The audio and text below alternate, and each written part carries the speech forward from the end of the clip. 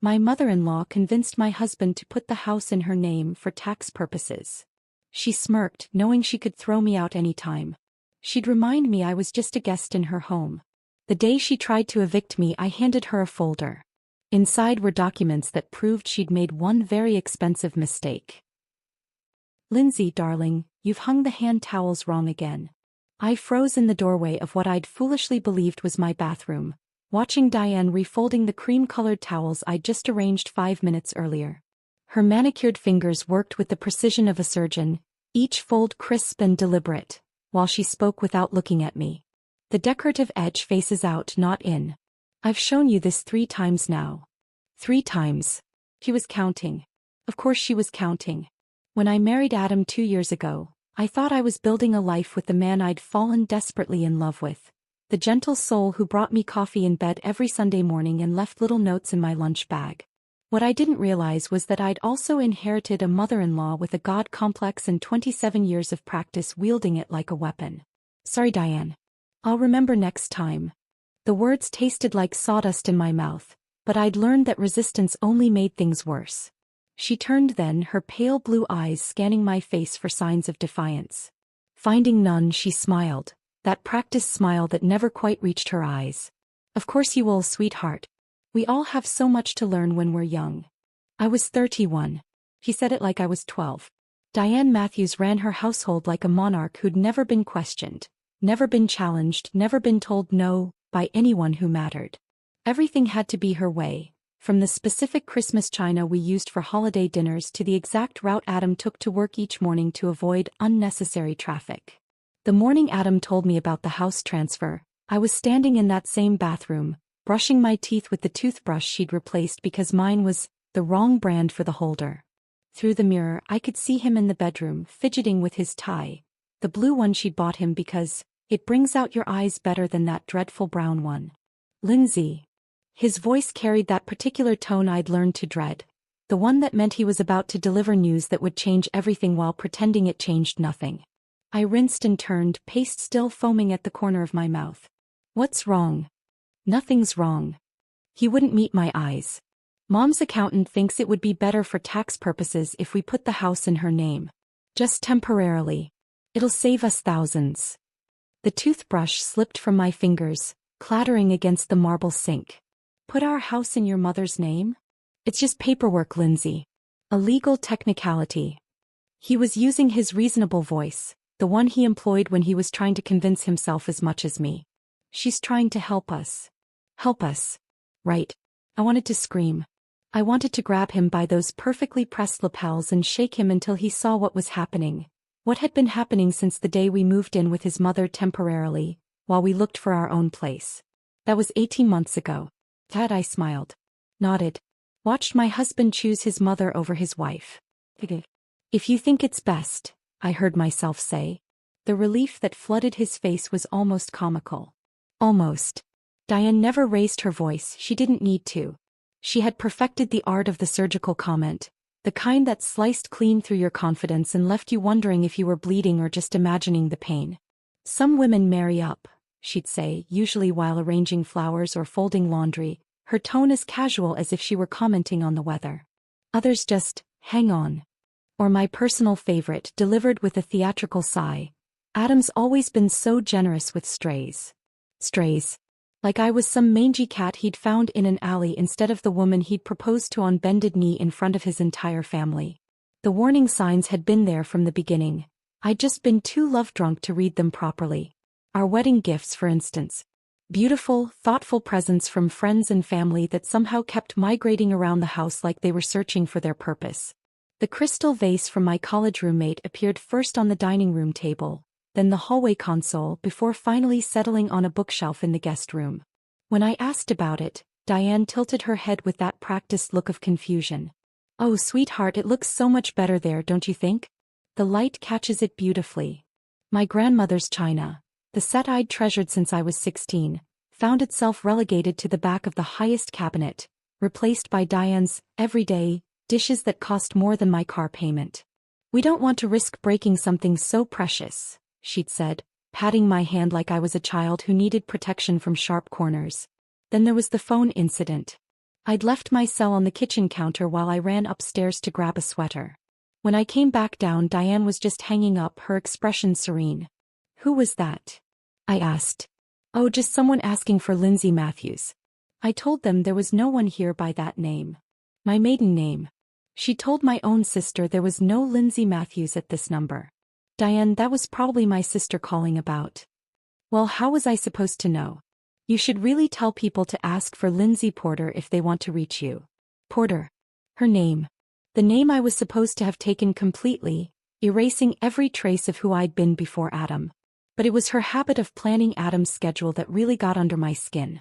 She'd coordinate his work meetings, arrange his dentist appointments, even RSVP to social events on his behalf, all without consulting me. Then she'd act genuinely surprised when I mentioned having other plans. "Oh dear, I already told the Hendersons we'd be at their anniversary party Saturday night. You don't mind, do you? Adam loves their parties." Did Adam love their parties? I honestly couldn't tell anymore what Adam loved versus what Diane had decided he should love. The morning after the house transfer conversation, I stood in the kitchen. Her kitchen, as I was beginning to understand, making coffee with hands that shook slightly. Adam had already left for work, kissing my forehead absently while Diane watched from the breakfast nook like a hawk observing mice. "More coffee, Mom?" he'd asked, not waiting for an answer before refilling her cup. She'd smiled at him with genuine warmth, the kind of smile I was beginning to realize she saved exclusively for him. "Thank you, darling. You're such a good son." The emphasis on son was subtle but unmistakable. A reminder that he was hers first, mine second. After he left, we sat in silence for exactly 4 minutes, I counted, before she spoke. "You know, Lindsay, I hope you understand how much Adam loves this house. It's been in our family for 3 generations. Our family. Not including me, apparently.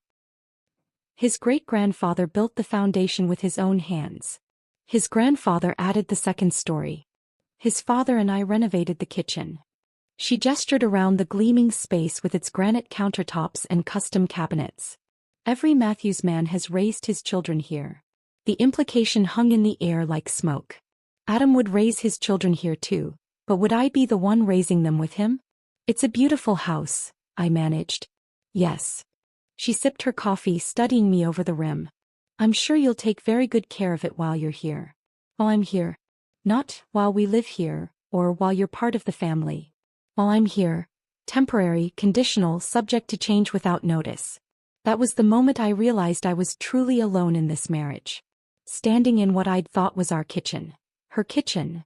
While they discussed my future without consulting me, planned my life without including me, made decisions about my home without remembering that I lived there too. I excused myself and went upstairs to the bedroom Adam and I shared, closing the door carefully behind me. In the mirror above the dresser, I looked at the woman staring back, pale, tired, smaller somehow than she used to be. When had I become someone who smiled and nodded instead of speaking up? When had I started asking permission to exist in my own life? I didn't have answers yet.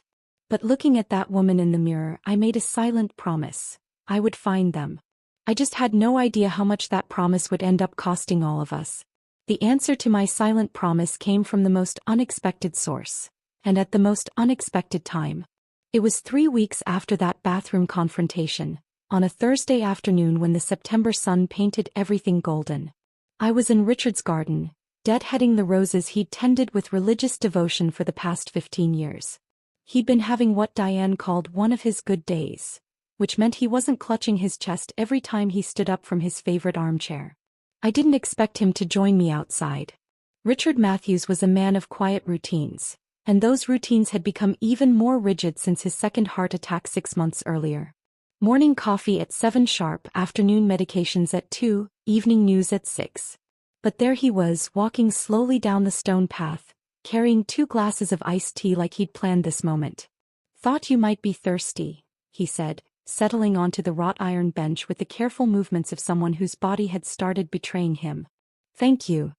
I accepted the glass, noting how his hands shook slightly, not from age but from the cocktail of medications that kept his damaged heart beating. "The roses are beautiful this year. That's all you." He smiled, and for a moment I saw where Adam had gotten his gentle eyes. "I haven't been much help lately." We sat in comfortable silence, watching bees work their way through the late-blooming flowers. This was how Richard and I had always communicated best. Without pressure, without performance, just two people who understood that sometimes the quiet said more than words. Lindsay. His voice was different suddenly, more serious. I need to tell you something. I turned to face him fully, struck by the intensity in his expression. He was studying my face like he was memorizing it, cataloging every detail. You're your father's daughter, he said finally. And that's the highest compliment I can give. My breath caught. Richard rarely mentioned my father, though I'd known they'd been friends.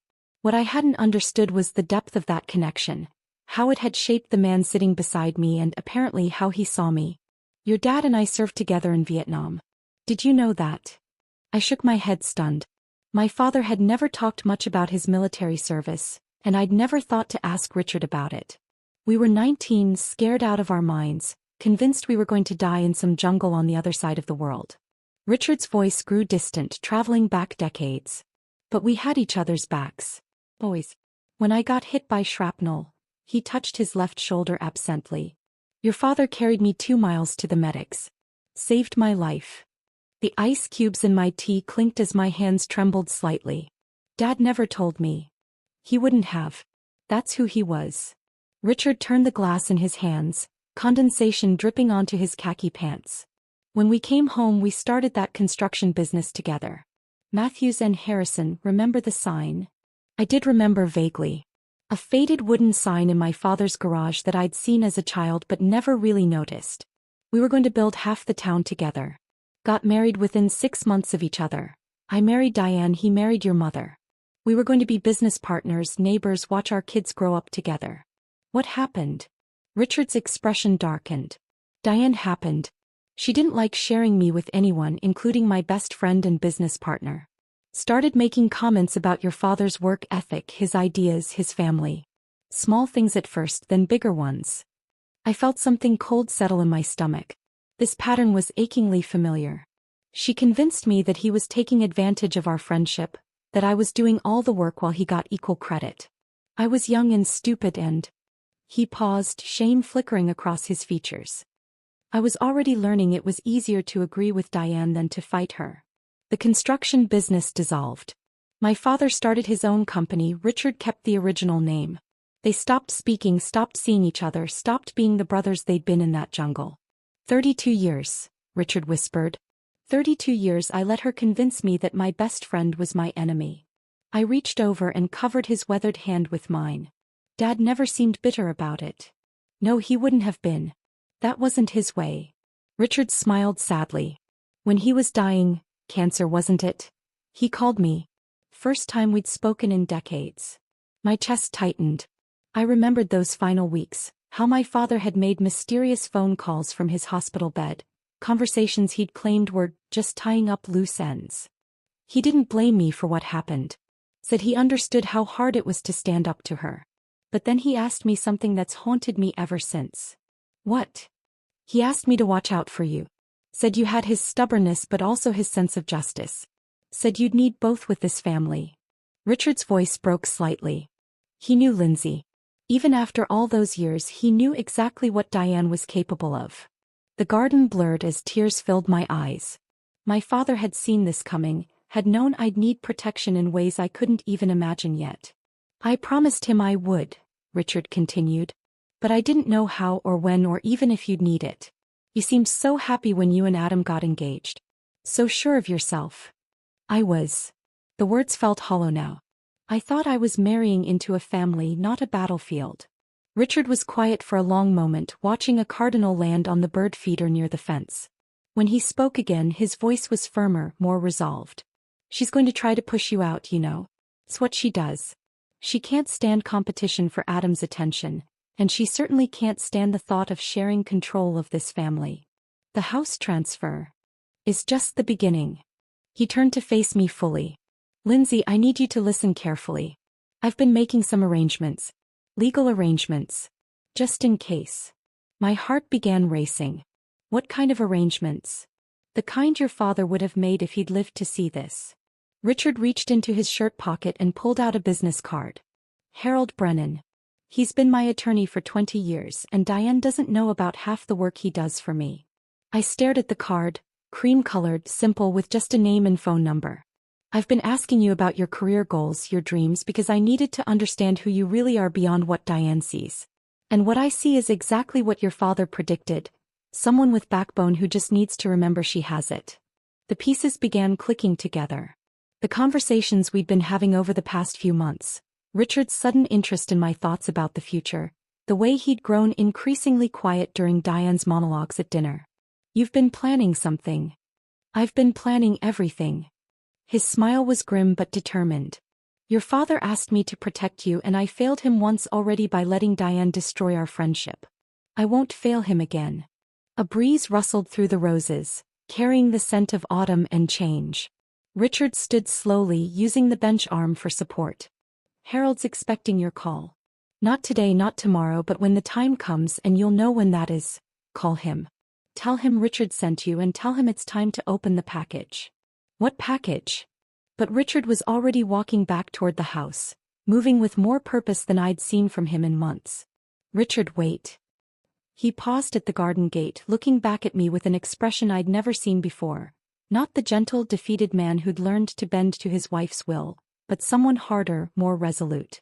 She thinks she's won, Lindsay. She thinks she's finally gotten everything she wanted. The house, Adam's complete loyalty, and you under her thumb. His smile was sharp as broken glass. She has no idea what's coming.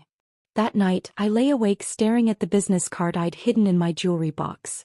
Harold Brennan. A name I'd never heard before, representing possibilities I couldn't yet imagine. What I didn't know then was that Richard Matthews had been planning his final act of rebellion for months. A rebellion 32 years in the making, designed to honor a friendship Diane had destroyed and protect a daughter-in-law she was determined to break. I thought it was a kind goodbye from a man who'd always treated me like the daughter he never had. I had no idea it was the beginning of my safety net, or that the gentle, quiet man everyone underestimated was about to prove he'd been playing a much longer game than anyone realized. Richard's funeral was held on a Tuesday in October, under gray skies that seemed fitting for the somber occasion. The service was small, dignified, exactly what he would have wanted. I stood between Adam and Diane at the graveside, watching them lower the man who'd become my unexpected ally into the ground, and felt a profound loneliness settle over me like a shroud. Diane played the grieving widow perfectly. Black dress, modest heels, tissues dabbed delicately at her eyes at precisely the right moments. She accepted condolences with gracious nods and spoke in hushed tones about Richard's peaceful passing, and how blessed they'd been to have so many years together. I said nothing about our conversation in the garden. The business card Harold Brennan had given me remained hidden in my jewelry box, waiting. It didn't take long after the funeral for Diane to show her full hand. 6 weeks to be exact. Just long enough for the sympathy casseroles to stop arriving and the concerned phone calls from relatives to taper off. The transformation was subtle at first. She began referring to my house instead of our house in casual conversation. When her sister called to check on how she was adjusting to widowhood, I overheard Diane say, "Oh, I'm managing fine in my own space. It's actually quite liberating." My own space. Like I wasn't sitting 10 feet away, folding laundry in what she now considered her living room. Then came the bridge club. Diane had always hosted her Tuesday afternoon bridge games, but after Richard's death, they took on a different tone. Where once she'd introduced me as Adam's wife, Lindsay, I became Adam's wife who stays at home. Never by name, always by function, always with a slight emphasis that made it sound temporary. "Oh, this is Adam's wife," she'd say when Mrs. Henderson or Mrs. Chin asked about me. "She keeps herself busy around the house." Keeps herself busy. Like I was a pet with hobbies rather than a grown woman with a college degree and a career I'd put on hold to help care for Richard during his illness. The morning everything changed started like any other. Adam was rushing around the bedroom, packing for what Diane had termed an important business conference in Denver. I'd watched her plant the idea weeks earlier during one of their morning coffee chats. "You know, darling, that Morrison account would really benefit from some face-to-face attention. Didn't you say they were having their quarterly meeting next month?" Adam had looked surprised. "I hadn't really thought about attending in person. It's a week-long conference." "Oh, but think of the impression it would make. Your dedication, your commitment to client relationships." She'd reached across to pat his hand. I think it's exactly what your career needs right now. By the end of that conversation, Adam was convinced the Denver trip had been his idea. Now, watching him fold shirts with the distracted efficiency of someone whose mind was already elsewhere, I felt a chill that had nothing to do with the October morning. You sure you'll be okay here with Mom? He asked, not really looking at me as he zipped up his garment bag. We'll be fine, I said, though something in my chest was screaming that we absolutely would not be fine. He kissed my forehead, a habit that had once felt loving but now seemed perfunctory, and headed downstairs. I heard him exchange goodbye pleasantries with Diane, heard the front door close, heard his car pull out of the driveway. The house fell silent except for the tick of the grandfather clock in the hallway. I stayed upstairs for as long as I could, reorganizing my closet, cleaning the bathroom, anything to avoid going downstairs and facing whatever Diane had planned. But eventually the need for coffee drove me to the kitchen. He was waiting for me. Not obviously waiting. Diane was too clever for that. She was sitting at the breakfast table with her own cup of coffee and the morning newspaper spread out before her, the picture of casual normalcy. But there was something in her posture, something in the way she looked up when I entered, that told me this moment had been choreographed. Good morning, Lindsay. Sleep well. Fine, thank you. I moved to the coffee maker, hyper-aware of her eyes tracking my movements. I'm glad Adam made it off on time. That Morrison account is so important to his future.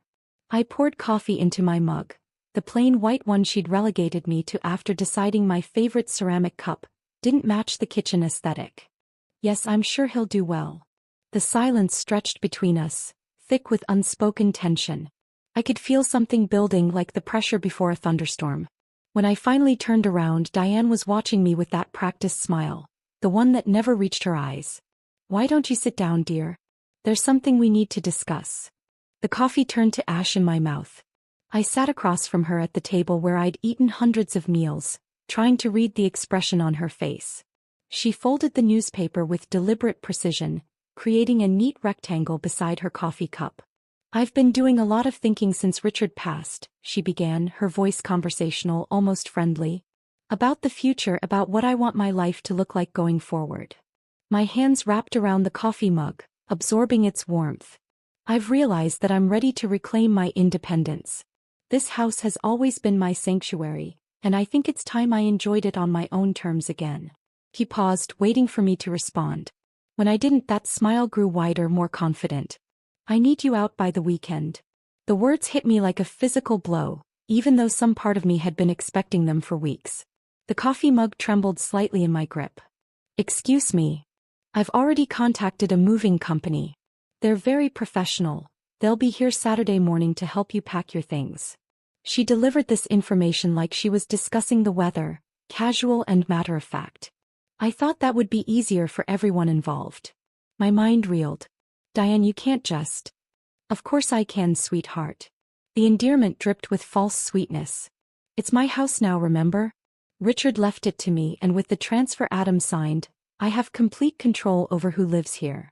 She leaned back in her chair, and there it was, that smug grin I'd learned to dread. The expression she wore when she was about to deliver what she considered a killing blow. I'm sure you understand.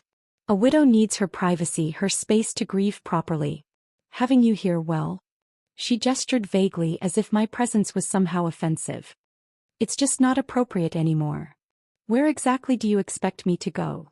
I'm sure a resourceful girl like you will figure something out. Perhaps your sister in Colorado? Or maybe it's time to reconnect with your mother's family back east. The calculated cruelty of it took my breath away. She'd thought this through, planned every detail. The timing, when Adam was 3 states away and unreachable during his conference sessions. The movers, already booked before she'd even told me. The suggestions about where I might go, anywhere but here, anywhere that would make it difficult for Adam to find me when he returned. I should call Adam, I said, reaching for my phone. Oh, I wouldn't want to interrupt his important meetings, Diane said smoothly. You know how focused he gets during these conferences. Besides, this is really between you and me, isn't it? Between you and me. Like I was a problem to be solved rather than Adam's wife. I'm sure when you explain it to him, he'll understand completely. After all, you wouldn't want to force yourself on a grieving widow, would you? Her voice carried just the right note of wounded dignity. That would be rather selfish. I stared at her across the table, this woman who'd orchestrated my isolation with the precision of a chess master. Every move had been calculated, from convincing Adam to put the house in her name to arranging his convenient absence, from establishing legal control to positioning herself as the sympathetic victim. But as I sat there absorbing the full scope of her manipulation, something unexpected happened. Instead of the crushing defeat she was clearly expecting, I felt something else entirely. Clarity. Cold, sharp, crystalline clarity. My hands stopped shaking. My voice steadied. 27 years of her training had taught me not to give her the satisfaction of a visible reaction, but this was different. This wasn't surrender. This was the moment Richard had been preparing me for. If that's what you want, I heard myself say, surprising us both with how calm I sounded. Diane blinked, clearly taken aback by my composure. She'd been expecting tears, pleas, maybe even anger she could use against me later. Instead, I was giving her nothing. "I'm glad you're being reasonable about this," she said, though something in her expression suggested she found my reasonableness more unsettling than satisfying. "Can I ask for one thing?" "Of course, dear. I'd like to gather my personal belongings peacefully. No interference, no commentary. Just let me pack what's mine." She nodded, perhaps relieved that I wasn't going to make a scene. "Naturally. I'm not unreasonable, Lindsay. I just think this arrangement will be better for everyone." I stood up from the table, leaving my coffee unfinished. "I'll start this afternoon." As I walked toward the stairs, I heard her say almost to herself, "I'm finally getting my house back." My house. Not our house, not the family home, her house. What Diane didn't know, what she couldn't possibly know, was that I was about to make one phone call that would change everything. Harold Brennan was expecting to hear from me. And Richard Matthews was about to have the last word after all. I walked upstairs with measured steps, my hand trailing along the mahogany banister Richard had restored himself 20 years ago. Each step felt deliberate, purposeful, like I was climbing toward something instead of away from it. The bedroom Adam and I shared had never really felt like mine. Even after 2 years of marriage, it still carried the ghost of his childhood, high school trophies on the dresser, a framed photo of him and Diane at his college graduation prominently displayed on the nightstand. My belongings had always seemed like visitors in this space, tolerated but not truly welcome. I opened the walk-in closet and pushed past the winter coats Diane had insisted I store in the back because darker colors create visual clutter. Behind them, exactly where I'd hidden it 3 days after Richard's death, was the small fireproof box I'd purchased with cash from the hardware store downtown. The combination was my father's birthday, something Richard had suggested with a knowing smile when he'd given me the folder. "Your dad would appreciate the symbolism," he'd said. Inside the box, beneath my passport and birth certificate, lay the simple black folder that had been waiting for this exact moment. I remembered the afternoon Richard had pressed it into my hands, just 3 days before his final heart attack. He'd looked frielier than usual, his skin gray with exhaustion, but his eyes had been sharp and determined. "Only if she tries to hurt you, Lindsay. Only then," he'd whispered, glancing toward the house where Diane was preparing his afternoon medications. "Promise me you'll wait for the right moment." I'd promised, not fully understanding what I was agreeing to protect. Now, holding the folder in my hands, I felt the weight of his final gift, not just the documents inside, but the trust he'd placed in me to use them wisely. I walked back downstairs, my footsteps echoing in the sudden quiet of the house. Diane was still in the kitchen, probably savoring her victory, already mentally rearranging the furniture to erase any trace of my presence. She looked up when I appeared in the doorway, folder in hand. For just a moment, something flickered across her face, curiosity, maybe even concern, but it was quickly replaced by her practiced composure. "Decided to be dramatic about this, have we?" she said, though her voice carried less confidence than her words suggested. I didn't respond. Instead, I walked to the granite island she'd spent thousands renovating 2 years ago, the same island where she'd served me my final ultimatum. I set the folder down gently, my fingers lingering on its edge. "You should probably look this over before you toss me out," I said, my voice steady as glass. Diane's perfectly plucked eyebrows drew together. "What kind of game are you playing, Lindsay?" "No game." I stepped back, crossing my arms. "Just some light reading." She stared at the folder like it might contain something dangerous. Which I supposed it did. I don't have time for whatever theatrical nonsense this is supposed to be. Make time. Something in my tone must have gotten through to her because she reached for the folder with the tentative movements of someone approaching a sleeping snake. Her manicured fingers, always perfectly maintained even in widowhood, hesitated at the edge. Richard asked me to give this to you, I lied smoothly. Consider it his final gift. That got her attention. Diane had always been sensitive about Richard's final wishes, perhaps because she suspected he'd seen through her more clearly than he'd ever let on. She opened the folder with the careful precision she applied to everything in her life. The first document was a legal agreement, typed on cream-colored letterhead from Harold Brennan's law office. I watched her eyes scan the opening paragraph, then freeze. Her lips moved slightly as she read, as if she couldn't quite believe the words in front of her. This is... She started then stopped. Started again. This can't be legal. Trust agreement executed 2 months before Richard's death, I said conversationally. Giving me 44% ownership of all real estate and business holdings, including this house, the rental properties on Elm Street, and that little commercial building downtown where the florist and the insurance office rent space. Her hands were shaking now just slightly. She flipped to the next page, searching for some loophole, some technicality that would make this go away. Instead, she found Richard's letter. I couldn't see the words from where I stood, but I knew them by heart. Richard had read them to me that final afternoon, his voice growing stronger with each sentence. Diane has forgotten that family means all of us, not just the ones who share her blood. Lindsay has shown more grace and kindness in 2 years than some people manage in a lifetime. If you're reading this, it means she needs protection and I failed to provide it while I was alive. This is my attempt to right that wrong. Diane's face went through a fascinating transformation as she read. Confusion first, her head tilting slightly to the side like she was trying to solve a puzzle. Then disbelief, her eyes widening as the implications sank in. Then something darker, more dangerous. He couldn't have done this without my knowledge, she said, but her voice lacked conviction. Apparently he could. Apparently he did.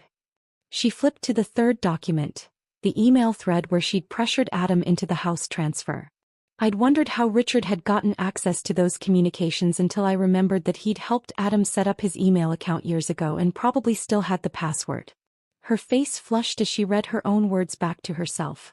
I need insurance against her in case things don't work out. The house is the perfect leverage. This is private correspondence, she said weakly. Private correspondence that proves you coerced Adam into signing over the house specifically to use against me. I stepped closer to the island, close enough to see the slight tremor in her hands. That's called fraud, Diane. Or at the very least, undue influence. She was flipping through pages now with increasing desperation, looking for something, anything that would restore her advantage. Instead, she found the transcript of her phone conversation with her sister Margaret, the one Richard had recorded from the extension in his study. I'm finally going to get rid of that little gold digger. Once Adam's in Denver, I'll give her the boot. She can crawl back to whatever trailer park she came from. The color drained from Diane's face as she read her own words. She looked up at me with something approaching fear. How did you get this? Richard was more observant than you gave him credit for. I leaned against the counter, feeling strangely calm. Turns out he'd been documenting your behavior for months. The recordings, the emails, even photos of you going through my personal belongings when you thought no one was watching. That last part was a bluff. There were no photos, but Diane's guilty flinch told me I'd hit close to home. You can't prove any of this holds up in court, she said, but she was grasping now. Maybe not all of it. But the trust agreement? That's ironclad. Richard made sure of that. I pulled out my phone and showed her Harold Brennan's contact information. I called his attorney this morning. Fascinating conversation. Diane stared at the phone screen like it was showing her own death warrant. Turns out Richard had been planning this for a while. Ever since you convinced Adam to put the house in your name, actually. He knew exactly what you were trying to do and he made sure you couldn't do it. She sank into one of the kitchen chairs, the folder clutched in her hands like a life preserver that had turned out to be an anchor. This ruins everything, she whispered. No, I corrected gently. This ruins your plan to destroy me. There's a difference. For the first time since I'd known her, Diane Matthews looked genuinely defeated.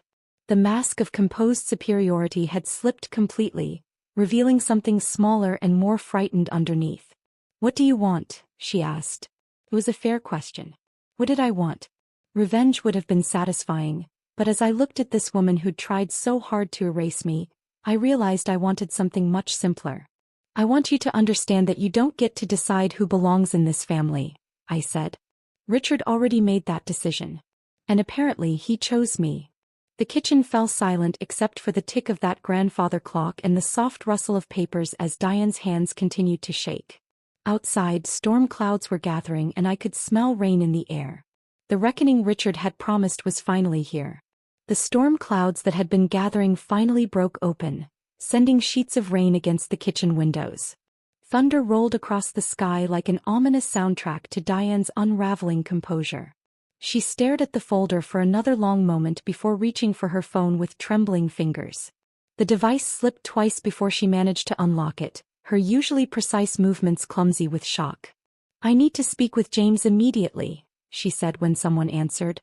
Her voice cracked on the word immediately, the first time I'd ever heard Diane Matthews sound anything less than completely in control.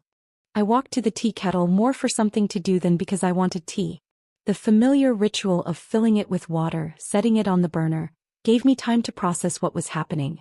27 years of Diane's psychological warfare, and she'd just been checkmated by her own husband. "James, it's Diane Matthews. I need you to look at something immediately. No, it can't wait until Monday. Because my dead husband apparently executed a trust agreement that gives my daughter-in-law 44% of everything I own." Her voice rose with each word, the careful modulation she'd perfected over decades finally cracking. I could hear a man's voice on the other end, calm and professional, asking questions she clearly didn't want to answer. "I don't know when he did it. I don't know how he did it. That's what I'm paying you to figure out." The kettle began to whistle, a sharp, insistent sound that cut through the tension. I turned off the burner and prepared 2 cups of tea, Earl Grey for me, chamomile for her. Muscle memory even in crisis. Even in the middle of a war, some courtesies persisted. I set the chamomile in front of Diane just as she was saying, "Fine. Bring the documents. Bring everything. I'll be here." She ended the call and stared at her phone like it had personally betrayed her. "Your attorney's coming over?" I asked, settling into the chair across from her. "James Whitfield. He's been handling our legal affairs for 15 years. She picked up the teacup with both hands to stop the trembling. "He helped me with the house transfer. He should have known about this. This conspiracy." Conspiracy. Interesting word choice. "Maybe Richard used a different attorney for the trust," I suggested mildly. "Richard didn't use attorneys without telling me. We discussed everything." But even as she said it, doubt crept into her voice. "We always discussed everything." The first crack in her certainty. I filed it away. We sat in uncomfortable silence for the next hour, rain drumming against the windows while Diane alternated between staring at the documents and glaring at me like I'd personally orchestrated Richard's rebellion from beyond the grave. When the doorbell rang, she practically leaped from her chair. James Whitfield looked exactly like central casting would order for expensive attorney. Silver hair, expensive suit, briefcase that probably cost more than most people's monthly rent. He was also, I noticed immediately, deeply uncomfortable. "Diane." He kissed her cheek with the practiced familiarity of long association.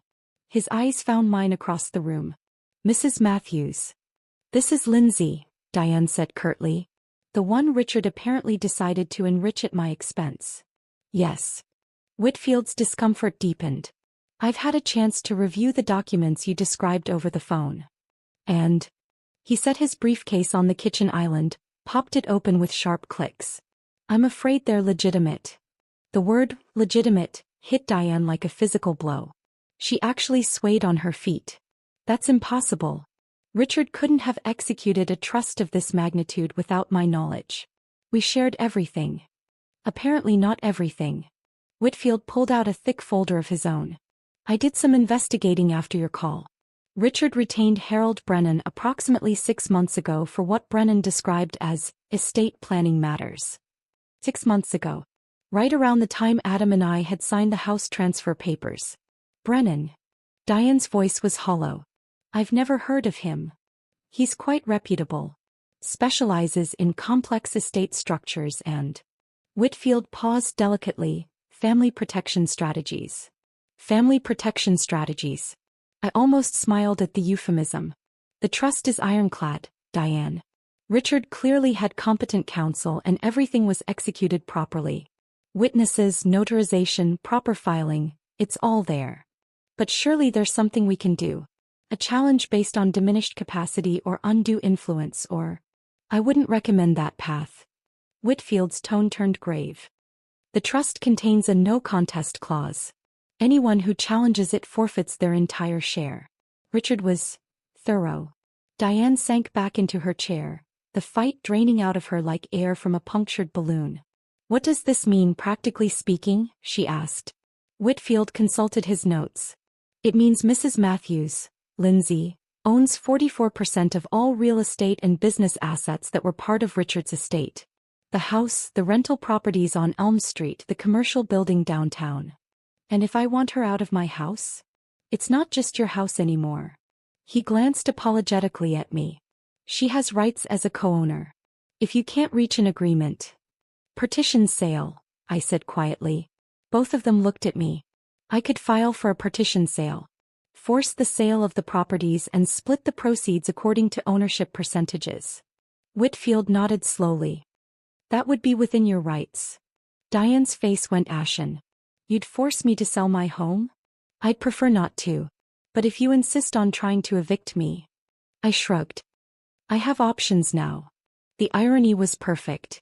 By putting the house in her name to gain control over me, Diane had created the very mechanism Richard needed to protect me. The transfer that was supposed to make me powerless had become the foundation of my power. How much would it cost to buy her out? Diane asked. Whitfield consulted his phone, probably checking recent property values. Given current market rates, probably close to $800,000. Cash. $800,000. I watched Diane's face as the number sank in. I don't have that kind of liquidity, she whispered. You could mortgage the properties, Whitfield suggested. Or liquidate some of your other investments. The tax consequences alone would be ruinous. Diane's financial acumen was finally working against her. And the properties have appreciated so much since Richard bought them. The capital gains would eat me alive. She was trapped. Richard had constructed an elegant financial prison, using her own greed as the bars. The tax advantages she'd been so eager to exploit had become tax burdens she couldn't escape. Her insistence on controlling everything had made her vulnerable to losing everything. There is one other option, Whitfield said carefully. What? Negotiate. Mrs. Matthews owns 44%, but she doesn't have to exercise her rights immediately. Perhaps some kind of accommodation could be reached. Diane looked at me across the table, and for the first time since I'd known her, I saw something approaching respect in her eyes. Or maybe it was just fear. What do you want? She asked. It was the same question she'd asked an hour ago, but the context had completely changed. Then she'd been trying to minimize damage. Now she was negotiating from a position of weakness. I want to stay in my home, I said simply. I want to be treated like a member of this family instead of an unwelcome guest. And I want you to stop trying to manipulate my husband against me. And if I agree to those terms, then I won't file for partition sale. We can work out some kind of arrangement that lets you keep living here too. The rain had stopped while we were talking. Afternoon sunlight was starting to break through the clouds, casting everything in a golden glow that seemed almost prophetic. Diane stared out the window for a long moment, watching water drip from the eaves of the house her great-grandfather had built. Richard knew exactly what he was doing, didn't he? She said finally. Yes, I said. I think he did. She turned back to me and I saw a woman who'd just realized she'd been playing chess while everyone else was playing a completely different game. He was always smarter than I gave him credit for, she admitted quietly. For the first time in our relationship, Diane Matthews had just told me the truth about something that mattered. It felt like the beginning of a very different kind of conversation. That beginning of a different conversation never quite materialized the way I'd hoped. Over the following weeks, Diane and I existed in a strange kind of détente. She stopped making snide comments about my presence in her house, but she also stopped making any comments to me at all. We moved around each other like polite strangers sharing a hotel lobby, cordial but distant, each acutely aware of the shifted power dynamic but unsure how to navigate it. James Whitfield drew up a temporary agreement that allowed us both to remain in the house while we figured out a more permanent arrangement. I kept to the upstairs, she claimed the main floor as her domain. We shared the kitchen in shifts, she took mornings, I took evenings. It was civilized and completely unsustainable. Adam returned from Denver 3 days after our confrontation, rolling his suitcase through the front door with the easy confidence of a man who expected his world to be exactly as he'd left it. I was in the living room when he walked in, reading a book I couldn't have described if someone had asked me, and I watched his face as he took in the subtle changes. Diane wasn't waiting to greet him at the door. The house felt different somehow, quieter, more cautious. And I was sitting in the chair that had always been unspoken claimed as hers. "How was the trip?" I asked, closing the book on my finger. "Good. Productive." He set down his suitcase and looked around the room like he was seeing it for the first time. "Where's Mom?" "In her study." He waited for me to elaborate. When I didn't, he sat on the edge of the couch, suddenly looking uncertain. "Is everything okay? You seem different." "Different? Supposed I was." "We need to talk," I said. I told him everything. Not the version I might have told a week earlier, careful and diplomatic, cushioned with concern for his feelings, but the truth. All of it. The years of manipulation, the calculated cruelty, the house transfer that had been designed to control me, and finally Richard's extraordinary posthumous protection. Adam listened in silence, his face cycling through disbelief, denial, and finally a kind of sick recognition. He'd known on some level. He'd always known. "I can't believe she actually tried to evict you," he said when I finished. "Can't you?" He was quiet for a long moment, staring at his hands. "I always told myself she was just particular, set in her ways. I thought if I could just keep the peace between you two." "You were trying to keep her happy at my expense." "Yes." The admission came out barely above a whisper. "I was." We talked for hours that night, the kind of conversation we should have had years earlier. Adam cried, actually cried, when I showed him the recorded transcript of his mother calling me a gold digger. He'd never heard her speak about me that way, never seen the woman she became when he wasn't watching. But knowing the truth and knowing how to live with it were different things entirely. The next few weeks were awkward and strained. Adam tried to play peacemaker, suggesting family dinners and movie nights like we could somehow pretend our way back to normal. Diane participated with the enthusiasm of someone attending a funeral. I went along with it because I didn't know what else to do. It was during one of these painful attempts at family harmony that I found the photo. I was looking for a spare phone charger in Richard's old study, a room Diane had avoided since his death, when I pulled open the bottom drawer of his mahogany desk. Inside were the usual detritus of a man's life. Old business cards, reading glasses with scratched lenses, a small stack of photographs held together with a rubber band. Most of the photos were what you'd expect. Family gatherings, holiday celebrations, Adam's graduation from college. But near the bottom of the stack was one I'd never seen before. It was from my wedding day, but not one of the formal shots the photographer had taken. This was candid, unposed. Richard and me standing together during the reception, both of us laughing at something just out of frame. His arm was around my shoulders in a gesture that was purely paternal, protective. We looked like what we'd become, a father and the daughter he'd chosen. I turned the photo over and found Richard's careful handwriting on the back, in the blue ink he'd always preferred. Asterisk, she earned the Matthews name, Diane. You never did. Asterisk. I stared at those words for a long time, sitting in his leather chair that still smelled faintly of his cologne. This wasn't a message he'd written for me to find. This was a message he'd written for her. A final judgment from the man who'd spent 32 years watching her transform love into control, family into battlefield. That evening I made a decision. I found Diane in the kitchen, preparing her usual solitary dinner of grilled chicken and steamed vegetables. She looked up when I entered, her expression guarded. "I'm leaving," I told her. Something flickered across her face. Relief, maybe, or possibly regret. "Where will you go?" "I'm buying a condo downtown, near the park." I'd made the offer that afternoon, using the equity from my share of the house as collateral. "I'll be out by the weekend." She nodded slowly. "And the arrangement?" "The legal situation. I'll sign whatever James draws up."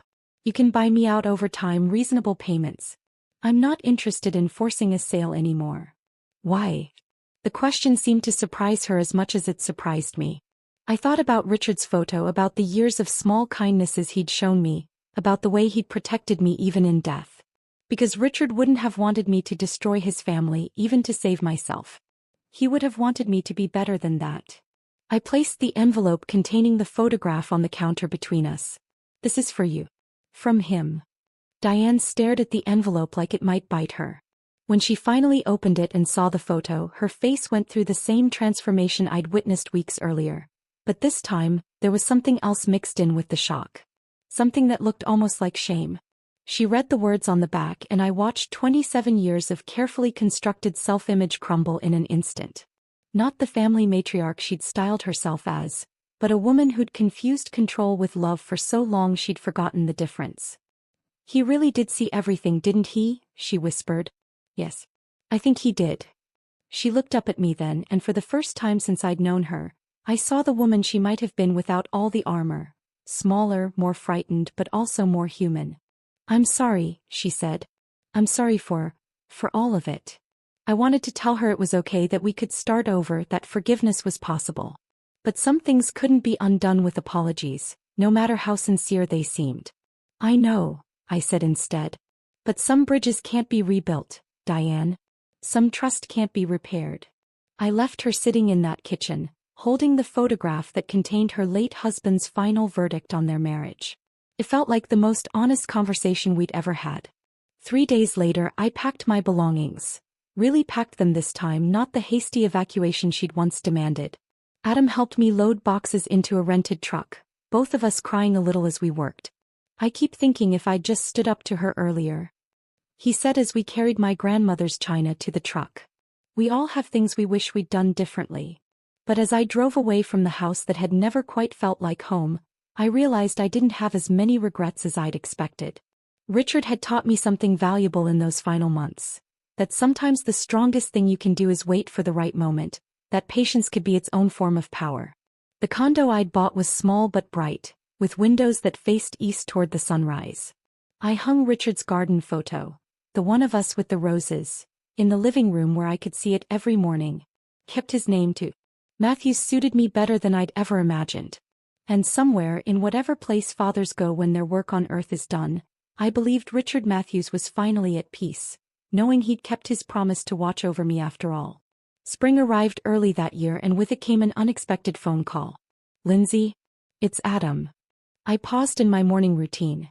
Coffee brewing, NPR murmuring from the kitchen radio, sunlight streaming through windows that were finally, truly mine.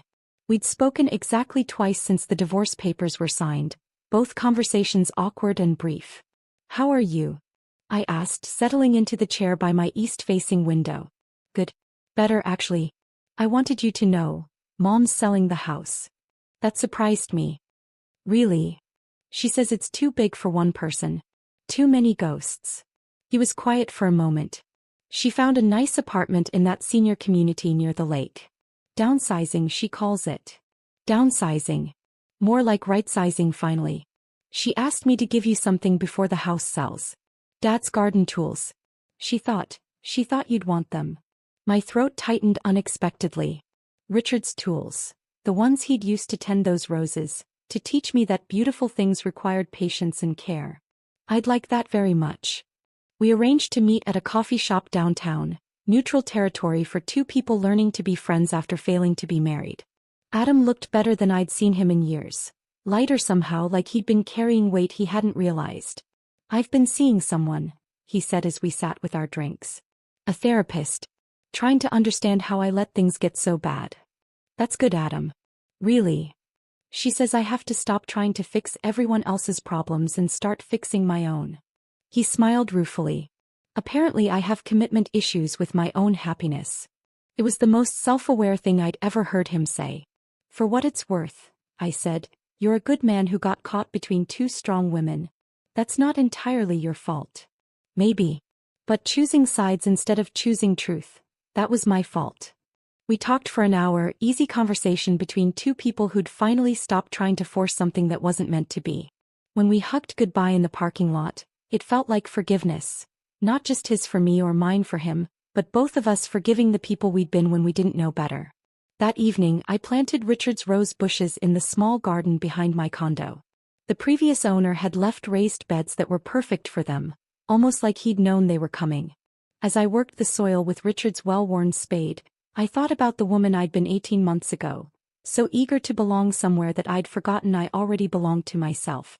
I thought about Diane, learning to live in a space sized for one person instead of an empire. I thought about Adam, finally brave enough to look at his own reflection instead of just his mother's approval. Mostly, though, I thought about Richard and the quiet revolution he'd orchestrated from beyond the grave. Not with anger or vengeance, but with the patient certainty that truth, given enough time, always finds its way to the surface. The roses would bloom again this summer. Different soil, different light, but the same essential beauty. Some things once planted with love never really die. They just find new places to grow. If this story of quiet justice had you on the edge of your seat, press that like button right now.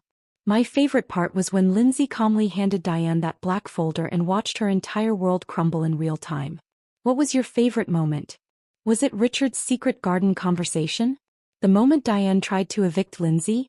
Or maybe when that attorney confirmed Lindsay owned 44% of everything? Drop your favorite scene in the comments below. Don't miss more incredible stories of karma and justice like this. Subscribe and hit that notification bell so you never miss an upload when someone gets exactly what they deserve.